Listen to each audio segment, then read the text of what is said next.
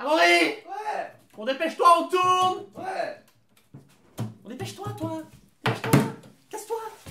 Amaury! Ouais. Arrête-toi, putain! Fais tout le bordel! Salut, c'est Ben de la rubrique photo d'un point d'interculture. Il n'est pas vain d'avoir certaines bases en histoire de l'art car il s'agit d'un outil incontournable pour servir à la création artistique. Et c'est parti pour la rubrique photo d'un point d'interculture. Ouais, lui c'est Amaury. Et le larbin là c'est Karl. Photographie historique, photographie historique, photographie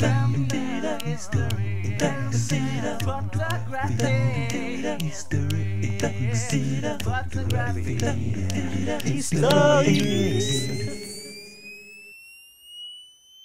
C'est mon tour. Eugène Adjé sera donc le premier photographe de ces chroniques, comme vous pourrez le voir sur ce portrait. T'as écrit tout ça. Ta gueule. Je vais dresser une très brève biographie d'Eugène Adjé pour finalement m'intéresser à ses photographies. Il est né à Libourne en France en 1857. Ok, merci Karl pour cette formidable vue Google. Ouais, par contre, faudrait qu'on arrête de piquer la connexion Douk du 26 parce que là, ça devient. Ouais, ça rame un peu, ouais. Puis si tu pouvais nous dégager cette dope de l'écran maintenant, s'il te plaît. Merci. En 1862, il perd ses parents, il est donc élevé par ses grands-parents à Bordeaux. Et merde. Bon, mais qui lui a montré ce truc, putain? T'as encore beaucoup de villes comme ça? Oui. Ouais, non, mais tu sais quoi, Karl? Laisse tomber ce truc, mon vieux. On va s'en passer, ok? Bon, j'en étais où? À Brèche. Ok, top, j'ai réussi le concours d'entrée au Conservatoire national d'art dramatique de Paris à ma deuxième tentative en 1879. Mais en 1881, j'échoue à l'examen du conservatoire. Un an plus tard, je deviens acteur de second rôle dans une troupe ambulante. À partir de 1888, je cesse de faire du théâtre à cause d'une affection à la gorge et m'essaie à la peinture. Je ne connaîtrais malheureusement aucun succès en tant que peintre et commence donc la photographie. En 1890, je décide de devenir photographe professionnel. Je suis... Eugène Adjé? Oui, c'est exact.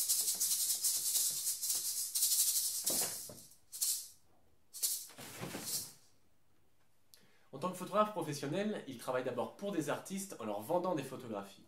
Il leur évite ainsi un long travail de recherche en leur fournissant des motifs, des paysages, et j'en passe. Vous comprendrez que photographier dans cet objectif change radicalement certains paramètres de prise de vue, comme la lumière, le cadrage, etc.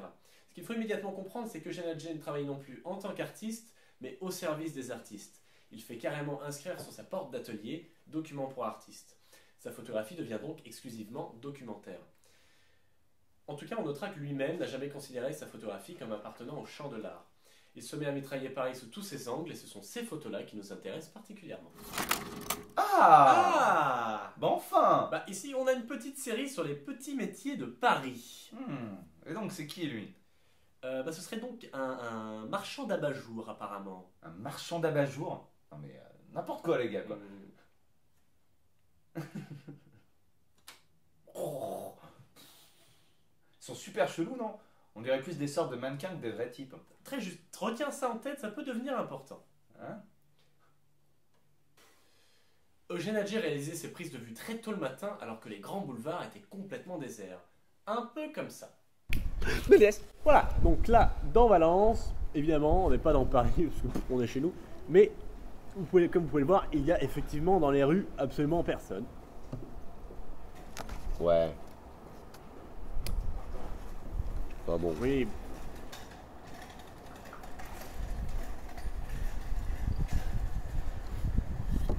On sait... Enfin...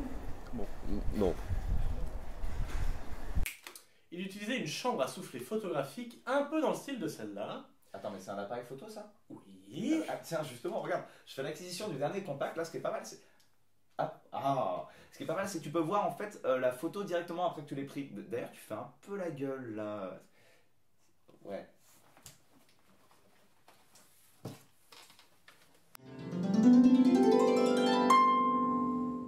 Et nous avons avec nous Walter Benjamin, qui est un philosophe et historien d'art allemand qui s'est intéressé aux photographies d'Adjé. Walter, vous pouvez sortir. Oh, c'est vrai? Bien sûr. Ah, trop bien. Je suis là depuis le début, je commence à avoir un peu mal au dos, je vous entends, vous dites vraiment des conneries. En plus, j'ai ma sciatique qui se réveille, je commence à avoir les tendons à vif. Et en plus, l'autre jour, je me suis fait mal à l'orteil. Du coup, ce qui fait que quand je reste debout longtemps, et ben ça suppure, ça gonfle. Et on a l'impression de voir une pastèque à la place de notre pied. L'autre jour, on aurait cru que c'était un Oui. oignon. Et... Vous voulez peut-être une chaise, Karl? Une chaise pour Walter. On a... Non, pas vous ferez ça. Foutez vos genoux. Très bien. C'est bon, ça va. Vous notez en particulier l'ambiance pesante de ces photographies. Pourriez-vous... Oui, en effet. Ce qui est remarquable dans l'œuvre d'Adjé, c'est que presque toutes ces photos soient vides. Sitôt que la figure humaine tente à disparaître de la photographie, la valeur d'exposition s'y affirme comme supérieure à la valeur rituelle. Le fait d'avoir situé ce processus dans les rues de Paris en 1900, en les photographiant désertes, constitue toute l'importance des clichés d'Adjet. Avec raison, on a dit qu'il les photographiait comme le lieu d'un crime. Dans le procès de l'histoire, les photographies d'Adjet prennent la valeur de pièces à conviction. C'est ce qui leur donne une signification politique cachée. Vous me suivez? Non, voilà, je... oui, ça va à peu près. Oui. Ensuite, Adjet est presque toujours passé à côté de ce qu'on peut appeler les symboles d'une ville. Ah, mais comme le Stade de France. Oui, comme le Stade de France, Amaury. Continuez. Et il a pris une photo du Stade de Mais France. pas au 19e siècle, Amaury. Oh, ben ça va, hein. Donc, Alors, il a par contre pris une longue série d'embauchoirs, de cours de Paris où du matin au soir s'alignent les charrettes à bras, de tables désertées et encore jonchées de vaisselle. La ville sur ces images est inhabitée comme un appartement qui n'aurait pas encore trouvé de locataire. Elle ouvre la voie au regard politiquement éduqué qui renonce à toute intimité au profit de l'éclaircissement des détails. Ah oui, mais êtes-vous en train d'affirmer que Jeanne Adjé est un précurseur d'un mode de vision photographique qui consiste à sacraliser le détail? Est-ce ce désir d'exhaustivité qui amène le photographe à porter un tel intérêt pour le détail? Naturellement, et on notera en outre que l'histoire de la photographie n'en finit pas d'être traversée par ce désir d'une si complète duplication mimétique du réel dans l'espace et le temps, si bien que plus rien n'échapperait à l'archivage. Et comme notre monde contemporain n'arrête pas de se transformer de plus en plus rapidement, les missions photographiques se succèdent, les enquêtes dans les villes se multiplient, et les relevés de paysages foisonnent. Et toute l'ambiguïté de ces entreprises réside dans le fait que toute modification des sites ne manque pas d'être fantasmée comme une perte.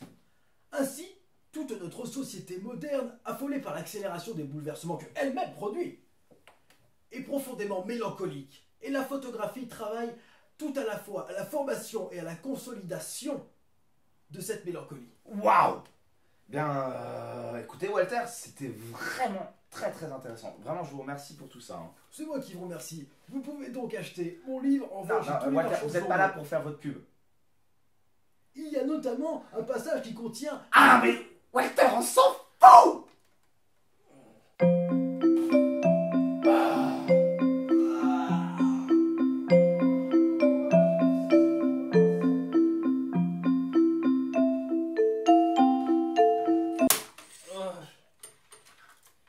il est où?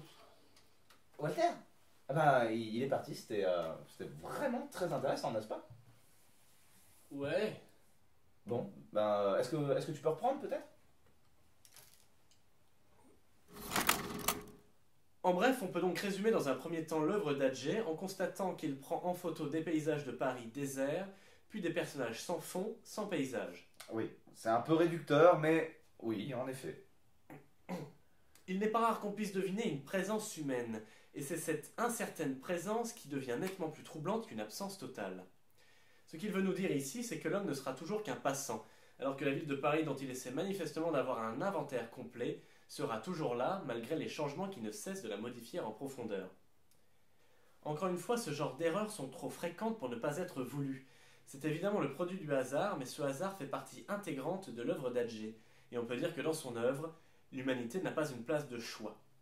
Il s'intéresse beaucoup aux devantures des magasins également, ainsi comme vous pourrez le constater aux simulacres humains, à savoir les mannequins, les statues. Oh putain, trop glauque, on dirait Silent Hill. Comme tu le disais tout à l'heure, Eugène Adjé arrive à faire douter que des êtres apparemment vivants aient une âme, et à l'inverse, si un objet non vivant n'aurait pas par hasard une âme. En bref, sur ces photographies, les mannequins ont l'air plus vivants encore que les véritables humains qu'on a vus dans la première série. Cette impression tient en fait de la théorie de l'inquiétante étrangeté. Étudié par le psychanalyste Sigmund Freud, l'inquiétante étrangeté est en fait une impression qu'on peut avoir en reconnaissant quelque chose, un objet, un lieu, une personne, pourtant en ayant inconsciemment la sensation de ne pas complètement le reconnaître. Freud explique ainsi que l'effrayant n'est pas forcément opposé au familier. Intéressant. Quoi? Pourquoi c'est intéressant? Je sais pas, ça a l'air cool. Oui. Beaucoup de photographies d'Eugène Atget jouent avec cette théorie. Si certains Parisiens peuvent reconnaître les lieux photographiés, cette reconnaissance peut également être accompagnée de méconnaissance. Eugène Atget a d'abord été reconnu par les surréalistes, notamment... Putain, mais... Oui, non, mais c'est parce que je vous disais, il faudrait une vraie équipe de professionnels. Oui, parce que en fait, c'est vraiment des gens... Dégage! Non, pas vous! Non! Ah, putain. Oui! Non, mais c'est... On va terminer. Oui, bien sûr, monsieur, on fait comme dans les délais, comme prévu, bien sûr. Bien... Au revoir, merci, merci. Au revoir, merci. Trop du cul, là.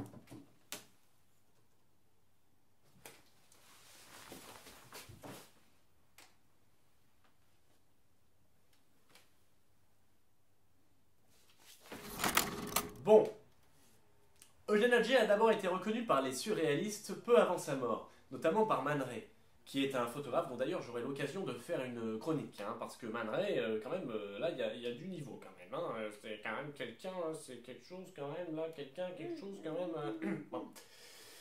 Ce qui intéresse les surréalistes ici, c'est d'abord la manière dont ces photographies ne se référaient jamais aux conventions de l'époque, en termes de cadrage, de composition, et à l'intérêt peu commun aux détails non artistiques.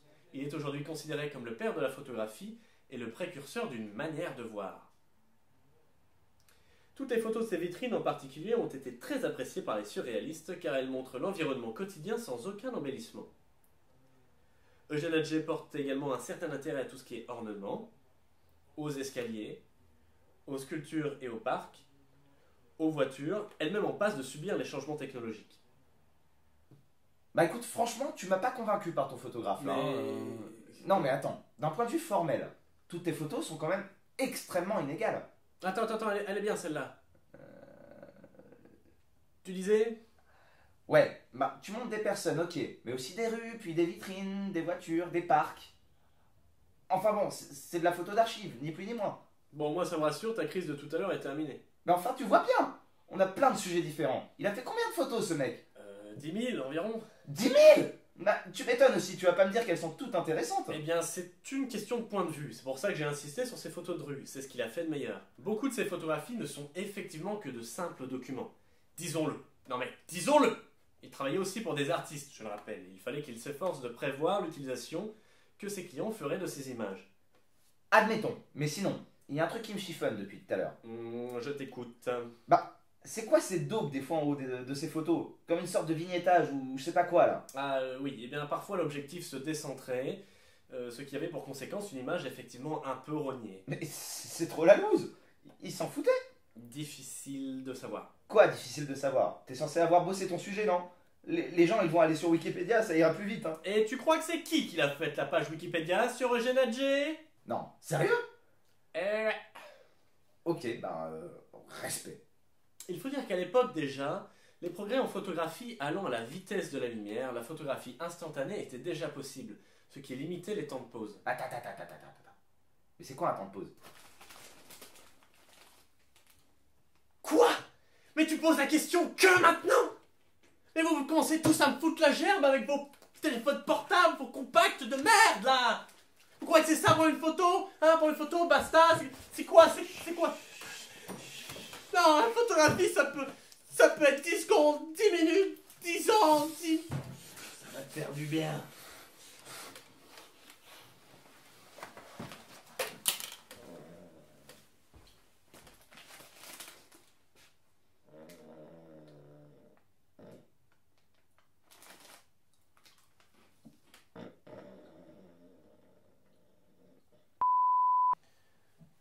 Bien, Amaury. Voici un exemple d'une photographie instantanée, par exemple d'un centième de seconde. Et voici une photo de 10 secondes. 10 secondes de suite, non, c'est-à-dire 10 secondes.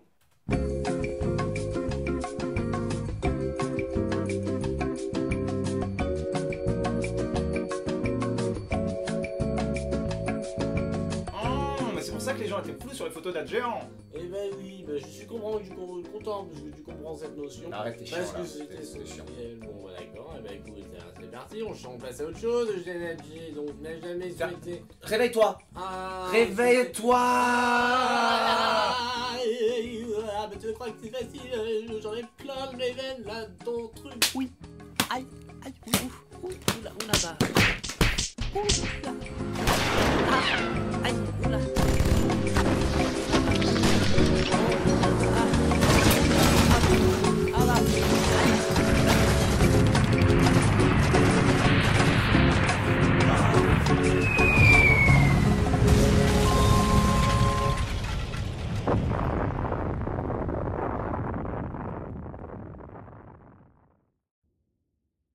Oh là là, eh ben je me sens bien en pleine forme à présent. Donc, Eugène Adjé n'a jamais souhaité évoluer et continuer à prendre ses photos avec une chambre à souffler, un trépied en bois et des négatifs sur plaque de verre au gélatino-bromure d'argent de format 18 par 24. Quoi? Angelo Branduardi? Mais qu'est-ce qu'il fout Non, là? non, non, au gélatino-bromure d'argent. Oh, les gars, vous lui avez donné quoi là? Il dit vraiment n'importe quoi. Non, non, non, ça s'appelait vraiment comme ça, au gélatino-bromure d'argent. Regardez sur l'écran, j'espère que vous avez bien compris, gélatino-bromure d'argent. Gélatino, bromure d'argent. Gélatino, bromure d'argent. Gélatino, bromure d'argent. Gélatino, bromure d'argent. Voici la toute dernière série de photos. Oh merde, j'ai cru que c'était fini. C'est une série qui associe pour la première fois, et ces photos datent de la toute fin de la vie du photographe, un sujet humain avec un bâtiment. Car il s'agit ici de prostituées devant leur maison close. La femme attend patiemment le client devant l'entrée de son établissement. Tout le travail d'Adjé qui a été complètement déshumanisé et qui a fait l'impasse sur le corps et le sexe se termine donc par des photos de prostituées. En un sens, il est vrai que c'est aussi un des petits métiers de Paris, après tout. Cette conclusion est donc plus qu'étonnante, alors que Genadjé s'est donné tant de mal pour creuser la distance entre l'humanité et le monde, il nous propose une réconciliation sous le signe de la sexualité. Attends. Tu peux revenir en arrière là, s'il te plaît? Non, on a plus le temps là. Voilà, donc je voulais terminer là-dessus. Eugène Adjé meurt en 1927. Bah écoutez, c'est la fin de cette chronique. Merci à tous, j'espère qu'elle vous aura plu. Car le générique. Voilà, c'est. Salut. Photographie, historique, photographie, historique, photographie, historique, photographie, historique. Da-da-da, da-da-da, da-da-da, da-da-da,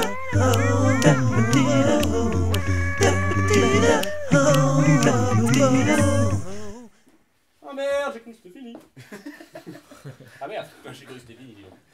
J'ai cru que c'est. Oh merde, j'ai cru que c'était fini. Non mais d'abord, c'est moi qui parle d'abord. Oh merde, j'ai cru que c'était. D'abord c'est moi qui parle, putain. 3. Oh merde, j'ai cru. C'était fini hier, j'ai Oh, cru merde, j'ai que cru. c'était fini. Oui, j'ai cru que c'était fini. C'est fini.